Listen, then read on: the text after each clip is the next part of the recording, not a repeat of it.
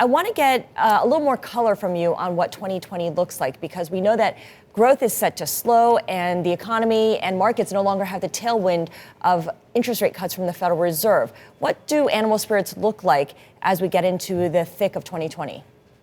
Since October of 19, we're up about 16%. That sort of outpaces what people thought was going to happen in earnings, and we're off to a good start. What we believe is that the fair value of the market is probably in the mid 3,000s on the S&P 500, but there is a chance of recession. You're beginning to see the market wonder if there isn't a chance of a recession because of the inversion of the curve, et cetera. So where we are basically is, if you discount that, we think we're pretty much at fair value right now. So, Ron, I mean, when clients come to you and come to your the people that you work with, are they concerned about the current state of the economy? This idea that we might be late cycle, not that the economy's falling off a cliff, but that this has to come to an end soon. You tie in the recent concerns with the coronavirus. What are they telling you? What are they asking you?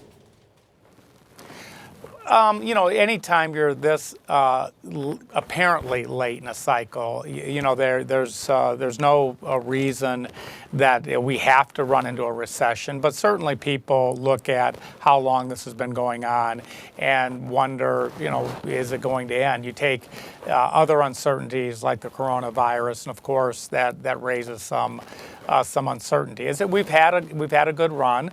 We certainly aren't telling people to get out of the markets. We're just saying that the markets at this point are fairly valued.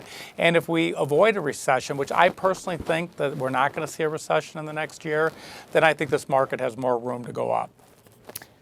When we talk about the market, there's this sense people talk about looking for signs of fear of missing out, FOMO, driving a lot of the gains, because you got to make it while you can before things head in the other direction.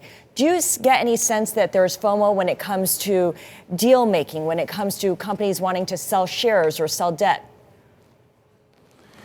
We're not seeing that. I mean, it's all been interesting. I've said that in terms of a bull market, I've been in the business 30 years, and the old adage that you knew you were at the top when you had people who had nothing to do with the market telling you to buy stocks, that's not the case now. I think it's pretty balanced, and I don't see people jumping in to catch the last 3% of this market.